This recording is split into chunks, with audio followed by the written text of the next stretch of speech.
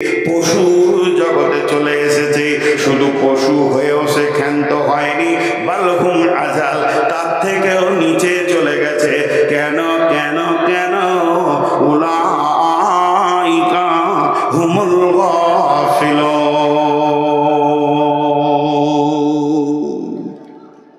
অলসতার সোপান করেছে। এখন একটু ঝগড়া করি আপনাদের সঙ্গে। কি হলো, খুব ঘুম পেয়েছে নাকি? অলসতার ট্যাবলেটটা দিব। এখন একটু ঝগড়া করি, ধ্যান করে শুনবেন। আমি একার, আপনারা সবাই। ঝগড়াটা কি করব খুঁজে বার করি। আমি আপনাদেরকে বলছি আপনারা গরু। এবার কত রাগ হচ্ছে বলেন তো? কত বড় সাহসী বর্ধমান থেকে এসে এতগুলো লোককে গরু বললে। তখন আপনার ওখান থেকে বলছেন মারা তো যাবে না, মেহমান মানুষ। তো ওখান থেকে একজন ফট করে বলছি তাহলে তুই কুত্তা।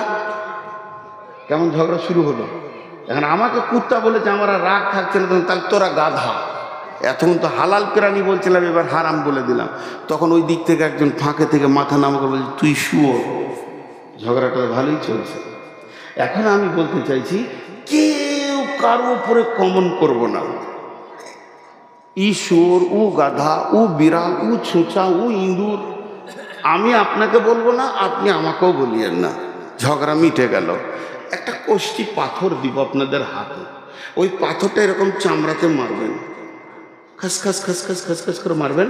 যখন স্বর্ণকার ওটা কোনো মেটেরিয়ালসে মারে, স্বর্ণকারকে পাথর বলে দেয় এটা সোনা, এটা রাং, এটা তামা, এটা কাঁসা, এটা পিতল। এটা ভুলবশত নিয়ে চলে এসছে, রূপো মনে করে, আসলে এটা ইমিটেশনের মাল। তাহলে ওই পাথরটা আপনাদের হাতে আমি দিই। এখন সবাই পাথরটা নিব। কে কে নিব না হাত তুলি। চালাক মাল আছে মেয়েদের দেব। নদীর ধারে বাস করলে কি হবে?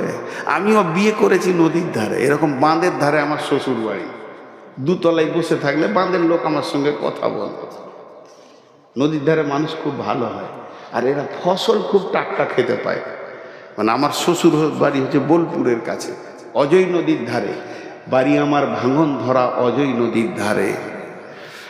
তো কষ্টি পাথরটা আপনাদেরকে দিই, নেবেন তো সবাই ইনশাআল্লাহ? জোরে ইনশাআল্লাহ বলে না, নেবেন তো ইনশাআল্লাহ? আর নিজে নিজের চামড়াতে ঘষবেন। তো পাথরটা কি বলবে জানেন? আপনার কানে গিয়ে আস্তে করে বলবে তুই মানুষ, আবার বলবে তুই শুয়োর, আপনাকে বলে দেবে তুই কুত্তা। দেখেন নিজে নিজে হবে। এবার বিসমিল্লাহির রহমানির রহিম। মাসালুল লাযীনা কাফারু কামাসালিল লাযীনা ইয়ানঈকু বিমা লা ইয়াসমাউ ইল্লা দুআ ওয়া নিদাআ সুম্মুম বুকুম উময়ুন ফাহুম লা ইয়াফকাহুন। জি আরেকবার বলছি আয়াতটা, সূরা বাকারার আয়াতটা আছে বন্ধু আমার। মাসালুল লাযীনা কাফারু কামাসালিল লাযীনা ইয়ানঈকু বিমা লা ইয়াসমাউ ইল্লা দুআ ওয়া নিদাআ সুম্মুম বুকুম উময়ুন ফাহুম লা ইয়াকিলুন।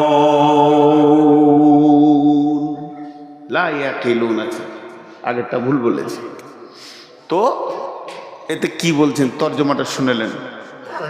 ওই কাফেরদের মিসাল ওই লোকেদের মতো, ওই কাফের বেঈমানদের মিসাল ওই লোকেদের মতো যাদেরকে তার প্রভু মুনিব মালিক দূরে ডেকেছে, নিদা দোয়া, কাছেও ডেকেছে, শুনেও শুনেনি, দেখেও দেখেনি, বুঝেও বুঝেনি, প্রকৃতপক্ষে ওর বোধ ক্ষমতা নাই। বুঝেল কি? ক্লিয়ার হলো না? তাহলে তর্জমাটা আর একবার বলি।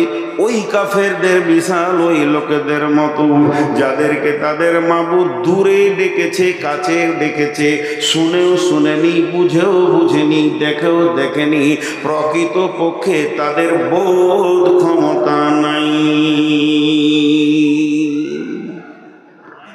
ক্লিয়ার হলো না? এবার একটা উদাহরণ দিব তো ক্লিয়ার হয়ে যাবে। খুব মনোযোগ, উদাহরণটা খুব মনোযোগ। কি, রাখালকে গরু চড়াতে দেখেছেন? এ যুগে তার নাই, এক যুগে খুব ছিল। রাখাল নদীর ধারে গরু চড়াচ্ছে, 20খানা গরু ওর চড়ছে, আর ও একটা বরগাছের ছায়াতে বসে বাঁশি বাজাচ্ছে, আনন্দ করছে, গান করছে। ওর একটা গরু লাল লাল টমেটোর দেখতে পেয়েছে আপনার গ্রামের মাস্টার সাহেবের জমিতে, বেড়া দেওয়া আছে, টমেটোর ঝুলছে। গরু তো, ওকে ওটা খেতে মন গেছে, তো শিঙে করে বেড়া খুলছে, ঢুকবে, টমেটোর খাবে। পেছন থেকে রাখাল ডাক দিয়েছে, ওই ঘোর। গরু কি কলেজে পড়ে এসছে? ঘুরবে? ঘুরবে? ঘুরলো না। ওই রাখালের একটা ছেলে, এই বছর 6-7 ছেলে, ওই লাল টমেটো দেখে ওকে লোভ লেগেছে, ও বেড়া খুলছে, ঢুকবে। পেছন থেকে ওর বাপ ডাক দিয়েছে, ঘুরবে কি ঘুরবে না? যারা বলেন, কোরআন বলছে দুটোর মধ্যে পার্থক্য কি? গরুটার দিল আছে, ওরও দিল আছে। গরুটার মিজাজে লোভ এসেছে, ওরও মিজাজে লোভ এসেছে। গরুটার কান আছে, চোখ আছে। গরুটা যতটা টমেটোর যে পরিমাণে দেখছে, ছেলেটাও ওই পরিমাণে দেখছে।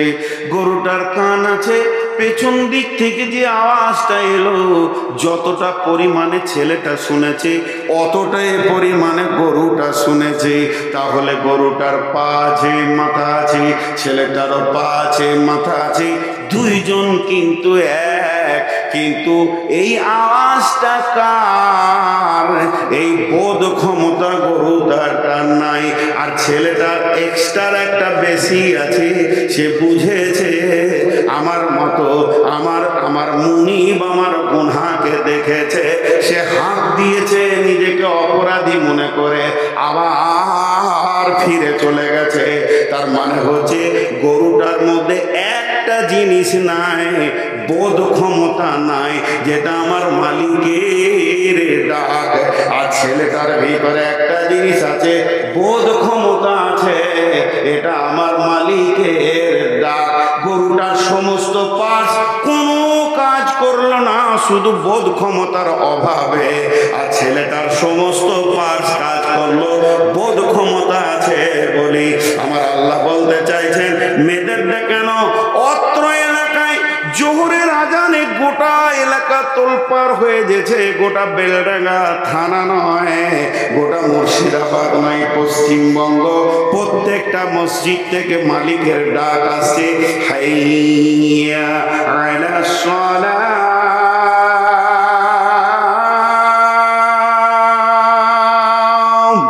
এই ডাক শোনার পর যতজন এসে মসজিদে উবুর হয়ে পড়ছে, মাবুদের ডাক শোনার পর, মালিকের ডাক শোনার পর, গুনহার ময়দান থেকে রিটার্ন হয়ে এসে মসজিদে সাজদায় পড়ছে। এরাই হলো আল্লাহর কাছে মানুষ। আর যতজন মাবুদের ডাক শুনে ফিরে আসতে পারে না, এরাই হলো শুকর কুকুরের থেকেও খারাপ। এবার নিজে নিজে বুঝেলেন, কষ্টি পাথরটা গায়ে মারেন, নিজেকে বলেন। আমি নিজেকে বলি, নূর মোহাম্মদ, তোর মাবুদ যখন তোকে ডাকে তুই যাস? হ্যাঁ যাই। তুই মানুষ। নূর মোহাম্মদ, তোর মাবুদ আজকে এসাই দেখেছিল, গেছিলি? না আমি যাই। তুই শুয়োর কুকুরের থেকেও খারাপ। একটা গল্প শোনাবো।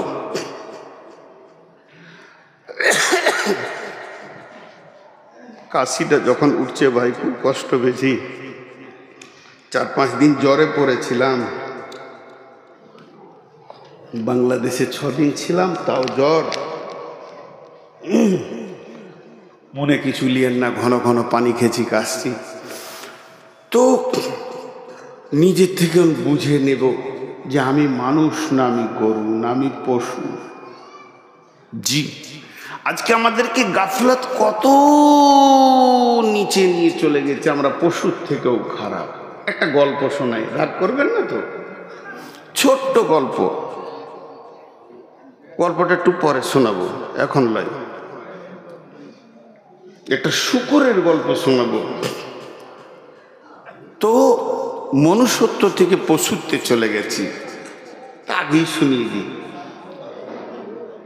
এটা হাদিস নয়, কোরআন নয়, তফসির নয়, কিছুই নয়, গল্প গল্প গল্প গল্প। বলবেন না যে নূর মোহাম্মদ বলেছে মানে বুখারিতে আছে, কিছু বলছেন নাকি? কোথা দিবে আলুর বস্তায় বলা? তোমার নজরটা কি বলছে? গেল আলুর বস্তা না, মানুষ আসে নাই আগে, থাকবে বাইরে। অত পীড়িত করতে হবে না, আর নাহলে জায়গাটা বাড়াও। হ্যাঁ, একদম না ভাইয়া। আপনারা যারা বাইরে আছেন ভিতরে ঢুকেন, দেওয়াল গায়ে বসে যান, ধুলোর ওপরে বসে। চেয়ার লাগবে না, ধুলোতে বসুক। তাস খেলে তখন কোথাও বসে আমি দেখি নেই, বসুক ওখানে ধুলোতে। আল্লাহর উপরে যদি মহব্বত থাকে নিচে বসে যান, মাটিতে বসে যান। প্রেম এক আলাদা জিনিস, বাইরে কষ্ট করিয়েন না। কারণ আজকে আপনি লেট করেছেন, অন্যদিকে চলে গেছে। এখন একটা লোক ধরে এলেন মুসা আলাইসাল্লাম, উনি আল্লাহর সঙ্গে কথা বলতেন, মুসা কালিমুল্লাহ, তাহলে বলতে সুবিধা হবে। মুসা আলাইসাল্লাম হন্তদন্ত করে হাঁটছে, তো ও হেঁটে যাচ্ছে, তো একটা শূকর ছিল ড্রেনে। বলছে, ও নবী মুসা, দাঁড়াও দাঁড়াও। যাবে কোথায়? আল্লাহর কাছে চলাম, আমার দরকার আছে, আমি আল্লাহর সঙ্গে কথা বলবো। তখন বলছে, নবী মুসা, তুমি তো আল্লাহর সঙ্গে কথা বলবে, তো আমার একটা খবর নিয়ে যেতে পারবে? বলে, কি? বলে, আল্লাহ তোমাকে নবী করলে, মানুষ করলে, আর আমাকে কেন শুয়োর করলে, এটা জিজ্ঞেস করে আসবে। তো কেমন প্রশ্ন? মাঝে আবার বলছি, নবীর নাম নিয়ে বলছি, তারপর এটা ভাববেন না হাদিস, এটা জ্ঞান দিছি গল্পে। নবী মুসা চলে গেল তুর পাহাড়ে, আল্লাহর সঙ্গে যত কথা ছিল কথা টথা সেরে নিয়ে পাহাড় থেকে নেমে আসে। তা আল্লাহ বলছে, এই তোকে কেউ কিছু বলেনি? বলে, হ্যাঁ, একটা শূকর বলেছিল। বলে, উত্তরটা নিয়ে যা, ওকে বলে দিবি, আল্লাহুস সামাদ, আমার একটা নাম আছে, আমি কাউকে তাওয়াক্কা করি না, আর কোনো বিষয়ে আমাকে কারো দায়বদ্ধতা গ্রহণ করি না, আর আমাকে কাউকে জিজ্ঞেস করতে হবে, দুনিয়া করতে হবে, এটা আমার বিষয় নয়। আমাকে যাকে যা মন যাবে তাকে তাই বানাবো, ফাইসালা আমার হাতে। আর তবেই তো আমি আল্লাহ, সার্বভৌমত্ব, আমি একচ্ছত্র মালিকানা রাখি, কাউকে কিছু আমি দায়বদ্ধ নাই যে তার এই ব্যাপারে আমাকে উত্তর দিতে হবে। এটাই আমার আল্লাহ, এটাই আমার আমিত্ব। বলে দিস। ঠিক আছে, বলে দিব, আমি তো পিয়ন। ও বলেছিল, বললাম, আপনি বলছেন, বলে দিব। নবী মুসা চলে আসছে, বলছে, দাঁড়া, ওকে একটা প্রাইজ দিব, নিয়ে যা। নবী মুসা বলছে, আল্লাহ, শুয়োরকে প্রাইজ? বলে, তোর আবার হিংসা হচ্ছে নাকি? চুপ করে ধৈর্য ধরে লে, দেন। বলে, কোনো মাল নয়, একটা কথা। ওকে গিয়ে বলবি, আল্লাহ তোকে মানুষ বানাবে, মানুষ। তুই যা চাইবি তাই দিবে। আল্লাহ না শব্দটা বলবে না। আল্লাহ ওয়াদা দিয়েছে মানুষ বানানোর পর, না শব্দটা বলবে না। তুই যা চাবি, হ্যাঁ, চাংটা নিবি, হ্যাঁ, না বলবে না। খালি একটা শর্ত তোকে মেনে নিতে হবে, তোকে ইমান দেবে না। তোর ইমানে অলসতার ঘুম ধরিয়ে দেবে, ইমানটা দেবে না, বাকি সব দেবে। এবার নবী মুসা পেরিয়ে আসছে, শূকরটা বলছে, খবর কি? বলছে, বেশি প্রশ্ন করিস না, চামড়া ছিলে দেবে। আল্লাহ রেগে গেছে, আল্লাহর ব্যক্তিত্ব ব্যাপারে তুই হাত দিয়েছিস। হ্যাঁ, তবে তোর একটা সুসংবাদ আছে। কি? ও ড্রেন থেকে লাফিয়ে উঠেছে, গোটা গায়ে কাদার খিঁচে, পেচ্ছাপ পায়খানাতে ভর্তি। কি? বললে, একটা সুসংবাদ আছে। বলে, বলো। বলে, তোকে বলবো, তুই বলবি হ্যাঁ, আর আমি আল্লাহকে বলবো রব্বানা, সঙ্গে সঙ্গে তোকে মানুষ বানিয়ে দেবে আল্লাহ। আল্লাহ কথা দিয়েছে, তোকে মানুষ বানিয়ে দেবে। শুকরটা খুব খুশি। বলে, হ্যাঁ, তুই রাজি আছিস কি? তুই খালি বলবি হ্যাঁ, আর আমি নবী হিসেবে বলবো রব্বানা, আর আল্লাহ তোকে সঙ্গে সঙ্গে সেকেন্ড লাগবে না, একটা সুশ্রী মানুষ করে দেবে। কিন্তু একটা শর্ত আছে। হ্যাঁ, আবার শর্ত এর ভিতরে? বলে, হ্যাঁ, তুই যখন মানুষ হয়ে যাবি, সঙ্গে সঙ্গে তুই আল্লাহর কাছে যা চাইবি তাই পাবি। তুই যদি বলিস 20খানা কোচের মালিক হব, রেল মালিক হব, বিমানের মালিক হব, চাঁদের মালিক হব, জমি জায়গা টাকা পয়সা ধনীর দিক থেকে পৃথিবীর সেরা ধনী বানিয়ে দেবে। যদি তুই বলিস নেতা হব, পৃথিবীর সারা পৃথিবীর সব থেকে বৃহত্তর নেতা তোকে বানাবে। যা চাইবি তাই পাবি, যা চাইবি তাই পাবি, যা চাইবি তাই পাবি। ছেলে পাবি, বিবি পাবি, বউ পাবি, বিটি পাবি, সোনা দানাতে তোর ঘর বাড়ি ভরে দেবে রে। আল্লাহ ওয়াদা করেছেন, আল্লাহর ওয়াদা মিথ্যা নয়। তবে একটা কথা কান করে শুনেলে, তুই মাথা ঠুকেও যদি মরে যাস আর চোখের পানিতে যদি তুই নদী বইয়ে দিস, আল্লাহ তোকে ঈমান দিবে না। তোকে মানুষ বানাবে, কিন্তু বেঈমান মানুষ বানাবে।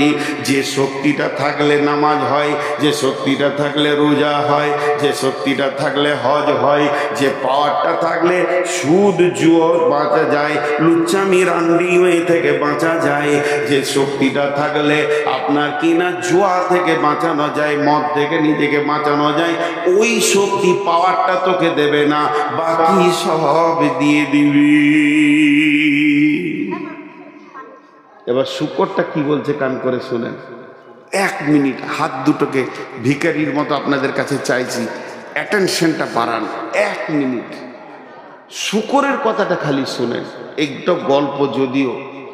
শুকর বলছে, ও নবী মুসা, ও আল্লাহর ওলি, থাক থাক থাক, আমার জন্য দোয়া করতে হবে না।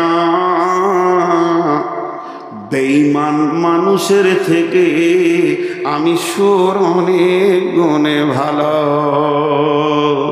যে লোকটা মানুষের মতো বডি পেল, চেহারা পেল, মানুষের সমাজে বাস করলো, বাড়ি ঘর বিবি ব্যবহার করলো, ছেলে পিলে জমি জায়গা করলো, কিন্তু আল্লাহর ঘরের দরজা পেল না, ওর থেকে আমি শুকর অনেক গুণে ভালো। সকাল বিকাল আমি আমার জবান দিয়ে আমার রবকে আমি ডাকি। অতএব সেটা শুকরের থেকে বেঈমান মানুষ লাখো গুণে খারাপ। এটা কে বানায়? গাফলত, অলস। সকলে জোরে বলে, এটা কে বানায়? জোরে বলে না, কে বানায়? অলস। অলস অতি খারাপ। একটা মজার গল্প আপনাদেরকে শোনালাম, একটা সত্য ঘটনা শোনাই। আমি ঢাকা যাত্রাবাড়ি থেকে জালসাই যাচ্ছি নারায়ণগঞ্জ, মোটামুটি 50-55 কিলোমিটার রাস্তা। তো একটা গাড়িকে রেডি করলাম যে ভাই আমাকে নিয়ে যাবে। তো বলে হ্যাঁ চলেন, আপনাকে দিয়েছি মহফিলে। ও আমাকে জানে না যে আমি ইন্ডিয়ান। তারপরে ওর গাড়িতে উঠলাম, গল্প করতে করতে করতে করতে পরিচয় হলো।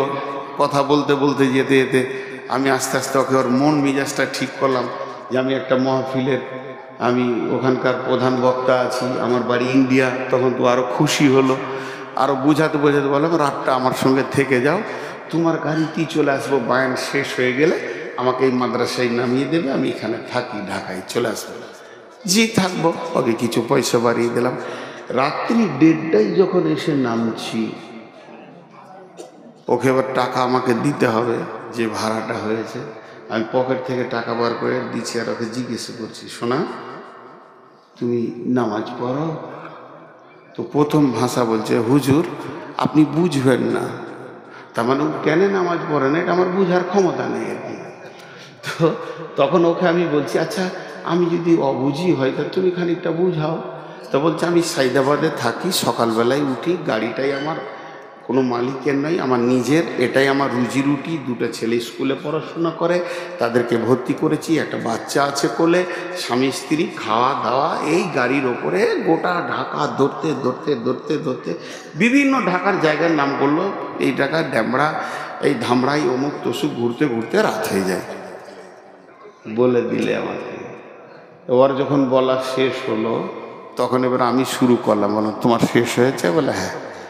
আমি বললাম শোনো, কিয়ামতের দিন তুমি কি ভাবছো এটা কিয়ামত? এটা তো ঢাকা, আর আমি আল্লাহ নই, আমাকে বলতে হবে। তাই বললাম তোমার জান্নাত জাহান্নামের মালিক আমি নই, জান্নাত জাহান্নামের মালিক আল্লাহ।